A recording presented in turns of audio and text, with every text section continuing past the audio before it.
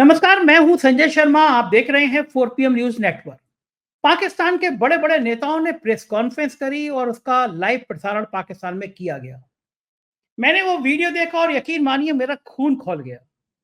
हमारे प्रधानमंत्री के लिए जो जो अपशब्द की भाषा पाकिस्तान ने इस्तेमाल करी, मुझको यकीन था कि भारतीय जनता पार्टी के नेताओं के अलावा सरकार भी, प्रधानमंत्री भी इस भाषा में जवाब देंगे कि तुम्हारी हैसियत नहीं है कि 140 करोड़ के देश के नेताओं को, हमारे प्रधानमंत्री को इतने अपशब्द कह सको।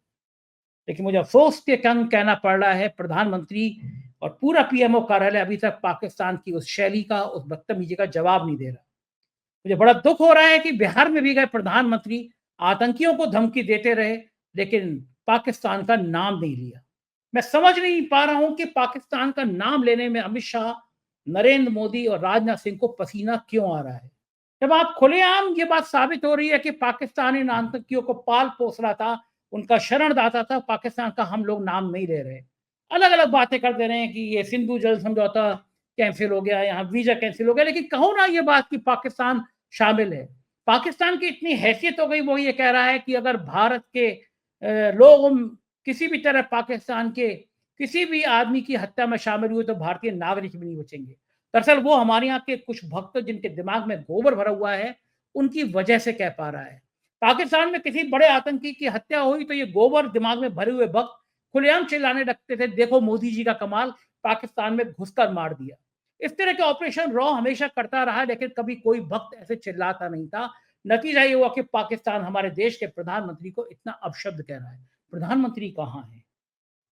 सऊदी का दौरा छोड़कर आया, मुझे लगा सीधा जहाज कश्मीर उतरेगा, कश्मीर के लोगों का दर्द बांटेगा, लेकिन जहाज बिहार की तरफ चला गया। दिल्ली उतरा, दिल्ली से बिहार चला गया। बिहार की रैली में मोदी जी ललकारते रहे आतंकियों को, लेकिन पाकिस्तान का नाम नहीं लिया। उधर अमेरिका का दौरा छोड़ के आया राहुल गांधी, कश्मीर पहुंचे, कश्मीर के लोगों का दर्द बांटा।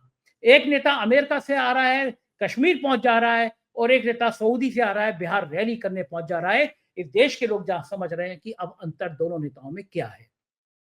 मैं रोज अभय दुबे के संग शो करता हूं।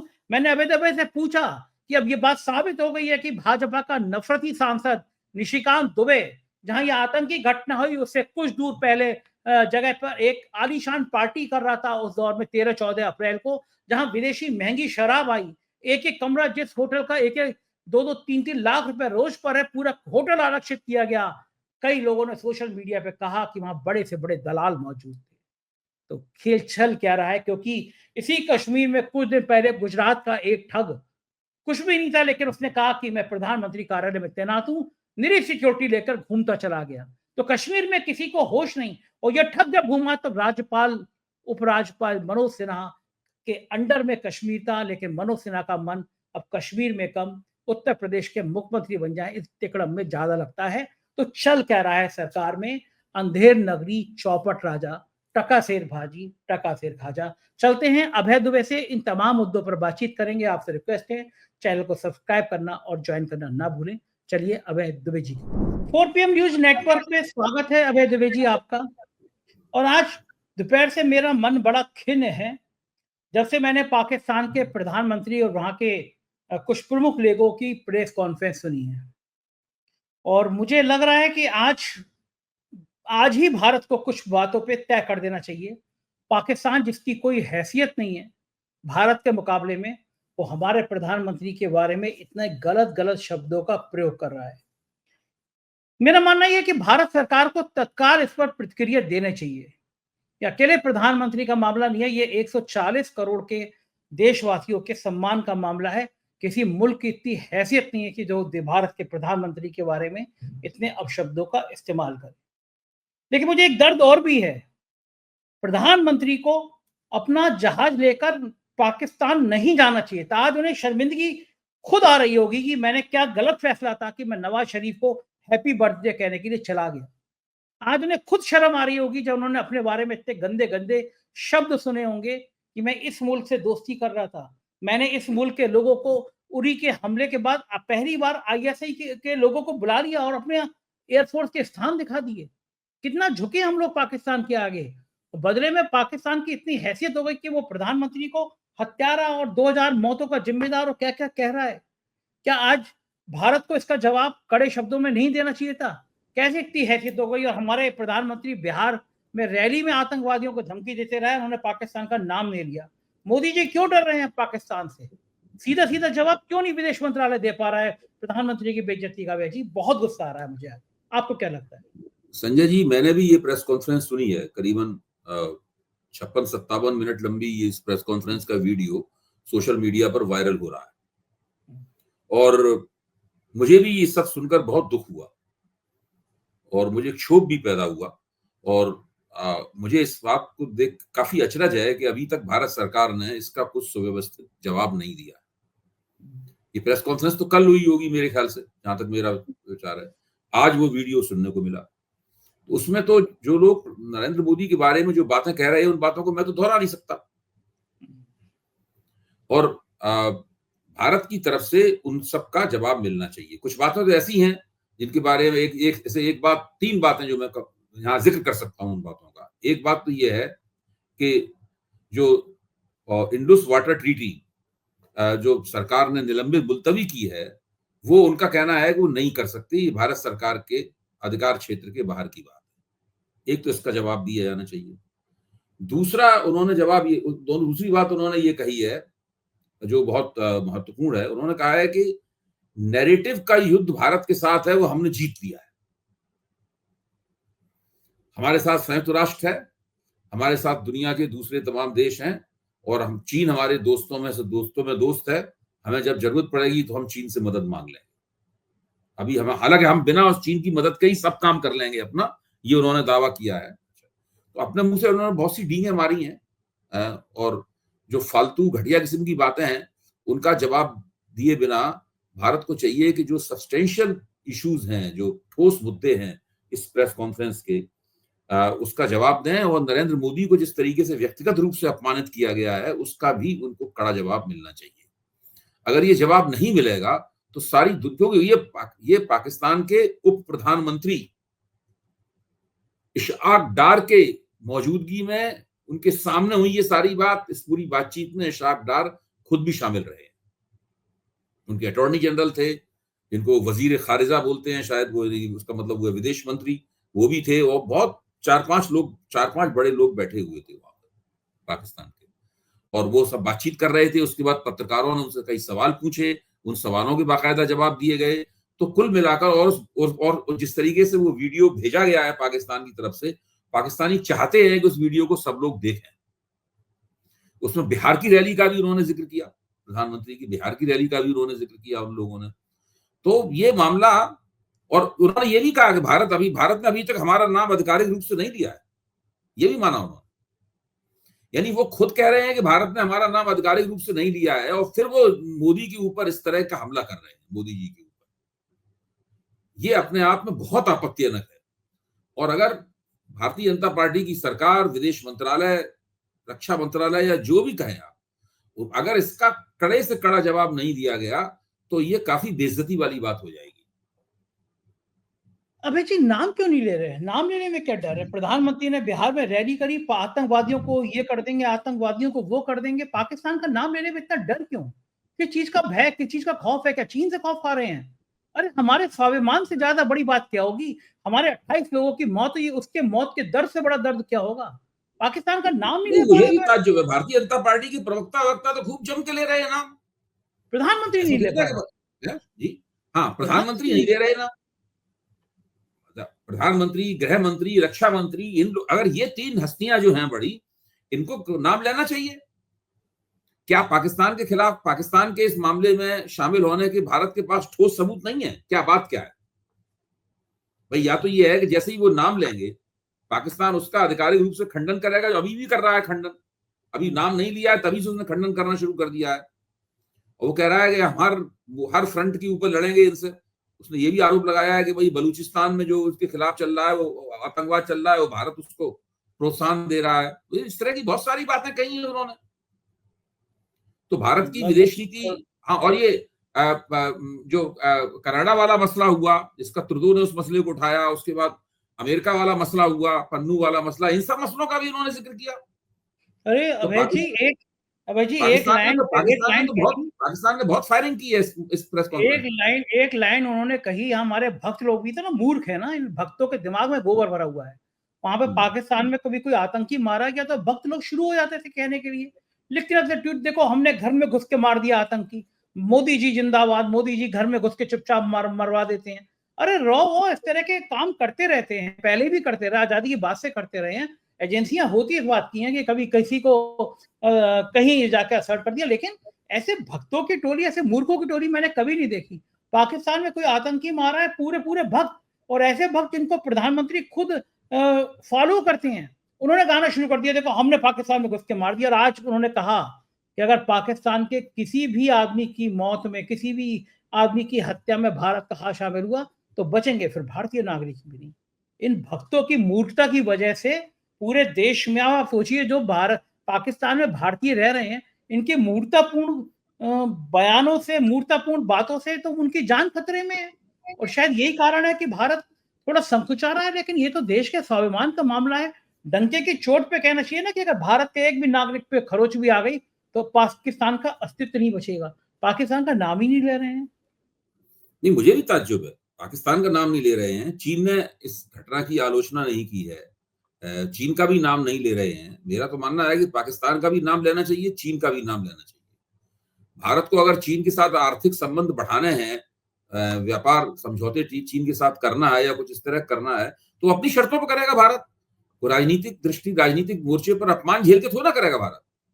ठीक बात है। हम हाँ, ऐसे दूसरे ये है कि अभी तो अमेरिका के ऊपर भी भारत को दबाव बनाना चाहिए। भाई अमेरिका भी तो पाकिस्तान को हथियार वगैरह आज भी देना जारी रखे हुए है। तो ऐसा तो नहीं है कि ट्रंप प्रशासन ने कह दिया हो कि पाकिस्तान को हम हथियार नहीं देंगे। तो ये सब भी करना चाहिए भारत को। हाँ, वो सब तो इसमें मुझे लगता है कि इन लोगों के पास अभी कोई पूरी इस मामले को लेकर तैयारी नहीं है। और ये जो घटना हुई है पहलगाम में, इसमें कुछ स्तब्ध रह गई है भारतीय जनता पार्टी की सरकार। ये थोड़े से लोग चौंक गए हैं, स्तब्ध रह गए हैं। एक तो इनका जो पूरी दावेदारियां थी कि कश्मीर को स्वर्ग बना देंगे और वहां पे सब हालत सामान्य हो गए हैं वगैरह वगैरह, ये सब नरेंद्र मोदी ने भी दावेदारियां की हैं, अमित शाह ने भी दावेदारियां की हैं। ये एक ही घटना में सब भरभरा के ढह गए। तो इनको समझ में नहीं आ रहा है कि अपना बचाव कैसे करें। अच्छा, बड़ी बात तो ये भी, अगर आपके पास सबूत नहीं थे तो फिर आपको इतनी बढ़ चढ़ के कार्रवाई पहले दिन ही, या तो प्रेशर था इतना कि अगर ये सब भी नहीं करेंगे, सिंधु नदी का पानी नहीं रोकेंगे और कुछ समझौते रद्द नहीं करेंगे, तो भारत के अंदर जो उफान था, लोगों का गुस्सा था, लोगों का खून खौल रहा था, वो बड़ा भारी पड़ जाएगा। ये डर होगा कि जल्दी जल्दी फैसले कर। भाई देखिए, ये जो उन्होंने किया है, हर आदमी जानता है ये सब टोकन है। टोकन है। इसका तो प्रेस कॉन्फ्रेंस में बहुत ही कड़ा जवाब दिया गया। कहा गया है ये तो सब बचकाना है, हम पे क्या असर पड़ता है इसका। उसमें प्रेस कॉन्फ्रेंस में बोले ये तो सब इमेच्योर है, ये सब इस बेकार है, मतलब ये चाइल्डिश और इमेच्योर कहा है इसको। उन्होंने कहा कि ये कर ही नहीं सकते। जो सिंधु जल संधि है ना, इसको सस्पेंड कर ही नहीं सकते। ये तो विश्व बैंक इसमें वो रहा है, मध्यस्थ रहा है। हम विश्व बैंक में हमने रिपोर्ट कर दी है इनके खिलाफ। इनको हक ही नहीं है ये करने का, केवल कंसेंसस से, सहमति से ही काम किया जा सकता है, ये सस्पेंड हो ही नहीं सकती। एक तो बात उन्होंने ये कही है। दूसरी, उन्होंने जो एयर स्पेस बंद करने के सवाल पर उन्होंने कहा इससे तो भारत को ही आर्थिक नुकसान होगा, कर दें तो बंद, हम पे क्या फर्क पड़ता है, भारत को बहुत आर्थिक हिट, इकोनॉमिक हिट पड़ेगा इससे। तो वो तो इस तरह की बात बोल रहे हैं। इन सब बातों का कोई जवाब भारत की तरफ से ठीक से जाना चाहिए, और वो जवाब हम लोगों को भी पता होना चाहिए। ये नहीं चुपचाप भेज दिया जाए जवाब। सही बात है। वो उन्होंने पब्लिकली की है बात सारी, ये हमें और आपको भी मालूम पड़ना चाहिए कि उन्होंने क्या जवाब दिया है। बिल्कुल ठीक बात है। देखिए, अब ये मामला थोड़ा बिगड़ता जा रहा है। इसके कई पक्ष हैं इसके बिगड़ने के। अभी आप चर्चा करेंगे तो हम लोग बात करेंगे। ये मामला बिगड़ता चला जा रहा है। कैसे, किस तरह से? भाई इस तरह से बिगड़ता चला जा रहा है कि एक तो अभी तक सरकार की नीति जो है इस सवाल के ऊपर स्पष्ट होकर सामने नहीं आई है। लोग अभी इसका इंतजार कर ही रहे हैं। अब अंत्येष्टियां तकरीबन तेजी के साथ खत्म होने की तरफ हैं। जो लोग मारे गए हैं इसके, और उनके परिजन बहुत गुस्से में हैं। उन्हें इस बात को लेकर बहुत नाराजगी है, बहुत तकलीफ है कि वो जिन वायदों के भरोसे जो शेखियां बघारी गई थी, हमने धारा 370 खत्म कर दी, ये कर दिया, वो कर दिया, और अब आतंकवाद खत्म हो गया, ये सब इसके भरोसे वहां गए हुए थे भाई। उसमें विदेश में रहने अब एक व्यक्ति है, आप सोचिए कि एक है गुजरात के ही शैलेश कथलिया। तो कल सूरत में शैलेश कथलिया की अंत्येष्टि थी। तो जब उनकी अर्थी निकलने को हुई तो वहां खबर आई कि भारतीय जनता पार्टी के 2 नेता आएंगे, जरा अर्थी रोक ली जाए। उसमें एक नेता थे केंद्रीय मंत्री CR पाटिल और दूसरे थे गुजरात के गृह राज्य मंत्री हर्ष संघवी। अब वो अर्थी वहां सड़क पर रखी हुई, ये दोनों मंत्री जो है वो 15-20 मिनट देर से पहुंचे, तब तक अर्थी रखी रही। फिर ये लोग आए अपने सब पूरे लाव लश्कर और अमले के साथ में। तो जो शैलेश की पत्नी थी शीतल, उनका गुस्सा फूट पड़ा। आज भास्कर में पूरा उनका पड़ा क्या उन्होंने इन लोगों से कहा। उन्होंने कहा शीतल ने, आपके पीछे कितने VIP हैं, कितनी गाड़ियां हैं, नेता जिस हेलीकॉप्टर में चलते हैं वह टैक्स देने वालों के दम पर चलता है। आपकी जिंदगी जिंदगी है, हमारी जिंदगी जिंदगी नहीं है, टैक्स देने वाले की जिंदगी जिंदगी नहीं है। आप इतना टैक्स ले रहे हैं तो सुविधाएं क्यों नहीं देते। तो इस पर पाटिल ने जवाब दिया कि हम आपको न्याय दिलाएंगे। शीतल ने कहा बिल्कुल नहीं, हम सरकार सेना पर भरोसा करके पहलगाम गए थे, अब भरोसा नहीं रह गया है। जब नेताओं ने शीतल को रोकना चाहा तो वो बोली, नहीं सर, आपको सुनना पड़ेगा। जब सब हो जाता है तो सरकार आती है और फोटो खिंचवा कर चली जाती है। ठीक बात। तो ये उन्होंने कहा। उधर जयपुर में एक नीरज उधवानी है, वो दुबई में रहते थे और यहाँ पे आए और वो घूमने गए थे। तो उनकी जब अंत्येष्टि हो रही थी तो वहां पर केंद्रीय मंत्री गजेंद्र शेखावत पहुंचे, मुख्यमंत्री भजनलाल शर्मा पहुंचे। तो उनका एक परिजन बिफर गया। उसने कहा ये आपकी सरकार का फेलियर है, अब यहाँ सिक्योरिटी लगाने से क्या होगा, वहां 150 लोगों को तैनात कर दिया था पुलिस वालों को वहां पर। उन्होंने कहा इससे क्या होगा। तो सुनकर गजेंद्र सिंह जी खामोशी से वहां पर नमन करके वहां चले आए। कानपुर में शुभम द्विवेदी की अंत्येष्टि थी, वहां पे मुख्यमंत्री आदित्यनाथ जी पहुंचे, वहां भी उनको काफी इसी तरह कठोर बातें सुननी पड़ी। देखिए ये सब काफी गड़बड़ हो रहा है। अगर एक बार लोगों को लग जाए कि सरकार की इसमें गलती है, तब फिर आप कुछ भी कहते रहिए, हिंदू मुसलमान कोई भी नैरेटिव बनाते रहिए, उससे चलता नहीं है।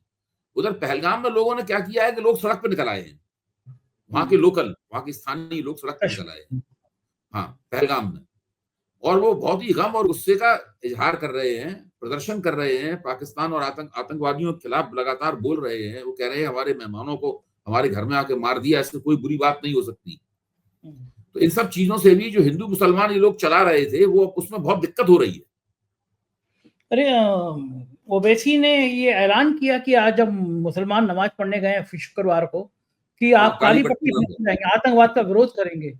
कश्मीर के मुसलमान सड़कों पे आ गए सारे कि हमारे लिए बेइज्जती अपमान हुआ है कि हमारे घर में आए हुए मेहमान की हत्या हुई है। देश भर के बौद्धिक मुसलमानों ने विरोध किया है। ये कितना ही हिंदू मुसलमान का नैरेटिव तैयार करने की कोशिश करें, लेकिन देश के मुसलमान आतंक के खिलाफ आ गए हैं कि ये आतंकवाद बर्दाश्त नहीं किया। पाकिस्तान को कोस रहे हैं। हमारे प्रधानमंत्री पाकिस्तान का नाम नहीं ले पा रहे हैं, लेकिन सारे मुस्लिम संगठन के नेता पाकिस्तान को कोस रहे हैं। ये अच्छा हिंदुस्तान है कि आप उनको अपमानित कर रहे हैं। लग रहा है संजय जी कि शुरू में जिसने जोश के साथ में हिंदू मुसलमान किया जा रहा था, अब वो आप देखिए भाजपा की तरफ से भी थोड़ा धीमा पड़ गया। उनको लग रहा है कि ये बैकफायर कर जाएगा, बैकफायर कर जाएगा, बूमरैंग कर जाएगा। आप देखिए ना, आगरा से कल एक वीडियो वायरल हुआ कि वहां पे एक अल्पसंख्यक समुदाय के व्यक्ति की हत्या कर दी गई और एक हिंदू गौरक्षक दल ऐसी किसी कोई संगठन था, उसका आदमी कह रहा है कि तुमने 28 मारे, हम 2600 मारेंगे। और इस तरह की चीजें। हाथरस से खबर आई कि वहां पे एक मुस्लिम एम्प्लॉय को हटा दिया गया। ये जितना करने की कोशिश कर रहे हैं मुस्लिम समाज, उसी न ही तेजी के साथ देश के संग खड़ा नजर आ रहा है। और हिंदू कम्युनिटी में भी ज्यादातर लोग इसको नकार रहे हैं कि आप हिंदू मुसलमान नहीं चलेगा, आप भले इसका माहौल बनाने की कोशिश करें। और बीच में हमें आज वो भी वीडियो वायरल हुआ, आपको याद होगा कुछ दिन पहले, कुछ महीने पहले, जब वहां पर राष्ट्रपति शासन लगा हुआ था, एक ठग गुजरात का वो आया, उसने कहा कि मैं पीएमओ का अफसर हूं और निरी सिक्योरिटी लेके पहलगांव के सेंसिटिव इलाके में घूमता रहा। उसके संग कई दर्जनों गनर थे, सिक्योरिटी थी, और ठग निकला बाद में वो। मतलब वो कश्मीर के नाजुक हिस्से में घूमता रहा गुजरात का ठग, और वो सिक्योरिटी उसको आगे आगे आगे पुलिस, पीछे पुलिस, कमांडो, और वो ठग घूमता रहा। बताइए, ये हाल है राज्यपाल का। मैं तो हमेशा कहता हूँ कि जो डिप्टी उपराज्यपाल साहब हैं, उनका मन तो उत्तर प्रदेश में लग रहा है। उनको लग रहा है योगी की कुर्सी हटे और मनोज सिन्हा आ जाए।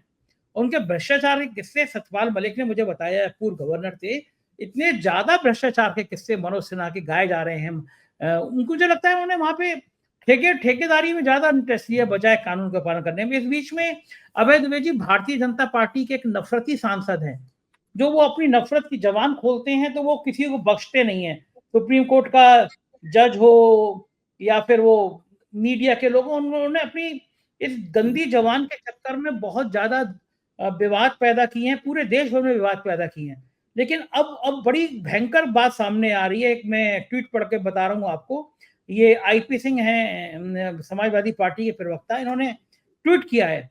और निशिकांत दुबे जहां ये घटना हुई है उसमें वहां पे एक बहुत बड़ा होटल है, खैबर होटल। मैं भी कश्मीर गया था अपने परिवार के साथ, मैं भी इस होटल को देखना चाहता था। एक दिन का किराया 2.5-3 लाख रुपए कमरे का।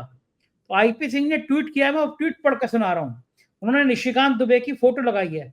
मतलब जिस घटना से कुछ ही दिन पहले निशिकांत दुबे वहां मौजूद थे और निशिकांत दुबे की सिक्योरिटी निरे गनर निरी फोर्स लगी हुई थी। पर्यटकों की सुरक्षा के लिए कश्मीर में फोर्स नहीं है, लेकिन भारतीय जनता पार्टी का सांसद खैबर होटल में करोड़ों रुपए की पार्टी कर रहा है, शराब बहा रहा है, उसके लिए बाकायदा फोर्स लगी है, सिक्योरिटी लगी है। आईपी सिंह ने जो ट्वीट किया है वो मैं पढ़ के, जो एक्स पे लिखा है मैं पढ़ के बता रहा हूँ। उन्होंने लिखा है, आजकल प्रधानमंत्री के लाडले निशिकांत दुबे की रजत जयंती विवाह वर्षगांठ समारोह तारीख 13 से 16 अप्रैल 2025 स्थान द खैबर होटल गुलमर्ग कश्मीर मुख्य आकर्षण। समारोह का कथित बजट तौर पर 10 करोड़ से अधिक था। द खैबर होटल दक्षिण एशिया के सबसे महंगे होटलों में से एक है। इसको 4 दिन के लिए पूरी तरह से बुक किया गया, सभी 100 कमरे आरक्षित थे। यह आयोजन मुख्य रूप से दिल्ली के शीर्ष दलालों और बिचौलियों द्वारा प्रायोजित था, क्योंकि निशिकांत की छवि ऐसी रही है कारपोरेट के लिए, वो बड़ी बड़ी लाइजनिंग करते रहे हैं, कारपोरेट की दलाल वाली छवि उनके दिमाग में है। तो लिखा है कि ये दलालों और बिचौलियों द्वारा प्रायोजित था, कई उपस्थित भी थे, कई हाई प्रोफाइल राजनेता, दलाल और नौकरशाह मौजूद थे। जम्मू कश्मीर के मुख्यमंत्री के मंत्रिमंडल सदस्यों को भी आमंत्रित किया गया था, कई ने आयोजन में हिस्सा लिया। यह समारोह निशिकांत दुबे द्वारा अपनी प्रभावशाली छवि को प्रदर्शित करने और देशव्यापी दलालों के नेटवर्क को मजबूत करने का एक भव्य प्रयास हुआ। समारोह एक पारंपरिक भारतीय विवाह जैसा था, जिससे पुजारियों द्वारा रीति रिवाज 7 फेरे शामिल थे। लिखा है, चिंता के बिंदु, कथित तौर पर प्रीमियम शराब ब्रांड दिल्ली से अवैध रूप से मंगवाई गई, क्योंकि कश्मीर में ऐसे आयात प्रतिबंधित हैं। ये एक अवैध शराब वितरण नेटवर्क के अस्तित्व संचालन पर सवाल उठाता है। इस भव्य आयोजन के वित्त पोषण को लेकर स्पष्टता है, क्या दुबे ने व्यक्तिगत रूप से खर्चा किया या किसी भारी दलाल ने किया। यह आयोजन 14 अप्रैल को हुआ, जो अंबेडकर जयंती के साथ मेल खाता है, क्योंकि बीजेपी इसे श्रद्धा की बात करती है। और बाकी कुछ ऐसी विवादास्पद चीजें लिखी हैं, निजी चीजें, जो मुझे पढ़ना उचित नहीं लग रहा। लेकिन आप सोचिए, एक सांसद कश्मीर के उस जगह पे, सेंसिटिव जगह पे, जहां एक कमरे का खर्चा 2.5-3 लाख रुपए उस कमरे का होटल है, पूरे 100 कमरे का होटल बुक कराता है। पूरे सोशल मीडिया भरी हुई है कि इसकी पार्टी में दलाल थे, बिचौलिया थे, उद्योगपति थे। क्या सरकार को अब ये बताना नहीं चाहिए कि पहलगाम में जहां पर्यटक मर रहे थे आतंकवादियों की गोली में, वहां कोई सिक्योरिटी नहीं थी, और एक दलाल टाइप का सांसद, जिसकी छवि एक कारपोरेट हाउस के दलाल की तरह रही है, वहां ऐसी अयाशी भरी पार्टी कर रहा है। कौन कौन लोग थे, क्या सरकार को बताना नहीं चाहिए? मेरे तो जम्मू कश्मीर के मुख्यमंत्री को इसकी स्पष्टीकरण देना चाहिए कि भाजपा का सांसद इस तरह की अयाशी, और ये बात सही है कि विदेशी बड़ी महंगी शराब जो वहां पे प्रतिबंधित थी, अगर वो आई तो उसके पीछे था कौन?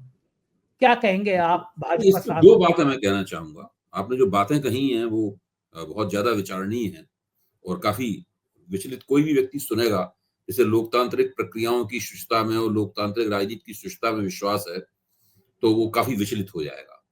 पहली बात तो यह है कि मेरी ये समझ में नहीं आता कि एक सांसद, जो केवल सांसद है, ज्यादा संसद की किसी कमेटियों वगैरह में वो हो सकते हैं, वो हैं भी, लेकिन उनके पास कोई मंत्री पद नहीं है, शायद मंत्री कभी भी नहीं बनाया गया है उनको पद है। अच्छा, वो इतनी ताकत कैसे है उनके पास? ये एक बहुत बड़ा मुद्दा है, इस पर सोचना चाहिए सबको कि एक सांसद के पास इतनी शक्ति कैसे है। पहली बात तो ये है। दूसरी बात ये है कि जब सोशल मीडिया पे सब ये बात आ गई और समाजवादी पार्टी के प्रवक्ता ने, आईपी सिंह ने इस बात को लिख दिया और पूरे विस्तार के साथ लिख दिया, खुल के लिखा है, बिना किसी संकोच के लिखा है, खतरा उठा के लिखा है, तो इस पर कुछ ना कुछ तो निशिकांत दुबे को करना चाहिए और उनकी पार्टी भारतीय जनता पार्टी करना चाहिए। ठोस जवाब आना चाहिए उनकी तरफ से। अगर ये बातें गलत हैं तो उन्हें उनके ऊपर मुकदमा कर देना चाहिए। डिजिटल जो डिजिटल वाला ऑर्गेनाइजेशन है, इसके अंदर कंप्लेंट की जाती है, वहां कंप्लेंट दर्ज की जानी चाहिए डिजिटल थाने में और अदालत में जाना चाहिए उनको। अगर वो इस पर चुप्पी साध जाते हैं तो ये तो बहुत गलत, बहुत अजीब सी बात है भाई। स्वीकार कर लेंगे, मतलब कितना खुल के जो आपने पढ़ के सुनाया पूरा, कितना खुल के ये बात कही गई है, इसका अब तो कुछ बचा नहीं है। अब तो जो बात कही गई है वो तो खुल के बात कही गई, कुछ बचा नहीं है। अब निशिकांत दुबे को गेंद निशिकांत दुबे के कोर्ट में है, भारतीय जनता पार्टी के कोर्ट में गेंद है कि वो इसके ऊपर कुछ प्रतिक्रिया करें। बिल्कुल बिल्कुल ठीक बात है। और प्रतिक्रिया करेंगे तो कोर्ट ये कहेगा कि चलो जांच करा लो कौन सी पार्टी थी, कितने लोग थे, उससे घबराते हैं। सीसीटीवी निकालो और ये बता दो ये करोड़ों रुपए, लाखों रुपए, करोड़ों रुपए जो खर्चा हुआ ये किस इनकम टैक्स से आया था, कैश दिया गया था किस किस उद्योगपति के पास से आया था। इससे डर लगता है, बताएंगे भी नहीं। लेकिन एक बड़ी और चर्चा के विषय बात रही कि प्रधानमंत्री जो सऊदी का दौरा छोड़कर आ गए भारत में, की बड़ी घटना हुई। मुझको तो लगा सऊदी का दौरा लेकर आए, उतर रहेंगे तो कहेंगे जहाज मेरा दिल्ली मत उतारो, सीधा कश्मीर में उतारो, मुझे वहां जगह जाके देखना है, मुझे लोगों से दर्द उनके बांटने हैं। मुझे लगा सऊदी का दौरा छोड़ के आए तो यही करेंगे, लेकिन सऊदी का दौरा छोड़ के आए, आतंकवादियों को धमकी दी बिहार में जाके, कश्मीर में जाने की हिम्मत नहीं कर पाए प्रधानमंत्री। जैसे मणिपुर का मां नहीं बोल पाते, ऐसे कश्मीर जाने की हिम्मत नहीं कर पाए। लेकिन राहुल गांधी अमेरिका का कार्यक्रम छोड़कर आए और राहुल गांधी आज कश्मीर पहुंचे, कश्मीर में लोगों से बात की, जिम्मेदार लोगों से बात करी, दिल्ली में आए, से मिले, लेफ्टिनेंट गवर्नर से मिले, पीड़ितों से मिले और फिर दिल्ली आए, बयान भी दिया कि हम सरकार के साथ हैं, सरकार और भी इतना कड़े कदम उठाया, हम उसके साथ हैं उसमें। और फिर दिल्ली आया, दिल्ली में कैडर मोदी जी का रिकॉर्ड है, संजय जी, मोदी जी का रिकॉर्ड है कि मोदी जी इस तरह के मसलों पर चुप रहते हैं, जाते ही नहीं है, जाते ही नहीं। मणिपुर आज तक नहीं गए, तो ये 56 इंच का सीना जाएंगे नहीं जाएंगे अभी तक।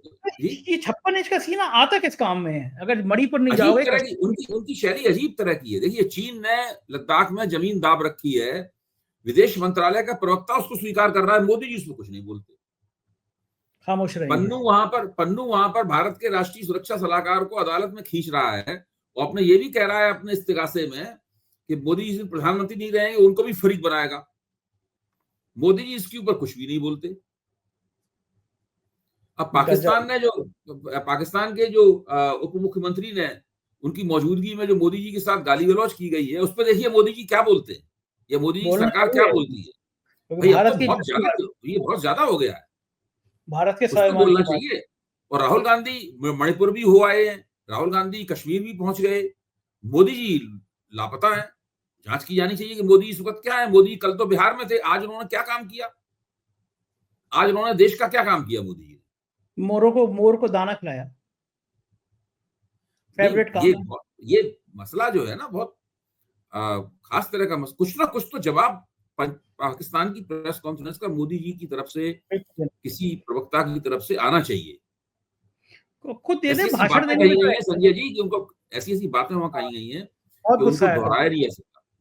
बिल्कुल ठीक बात कर रहे हैं, लेकिन काश 56 इंच का असली सीना दिख जाए, जवाब दे सके पाकिस्तान को उसकी भाषा में। बहुत बहुत शुक्रिया अभय जी, आपने मुझे इतना समय दिया बातचीत। Thank you. ये थे अभय दुबे जी और मुझको यकीन है ये बातचीत आपको पसंद आई होगी। आपका क्या कहना है? आप क्या सोचते हैं कि भारत को पाकिस्तान के नेताओं की जवाब उसी भाषा में देना चाहिए? तो कमेंट करके जरूर बताइए। शुक्रिया, थैंक यू।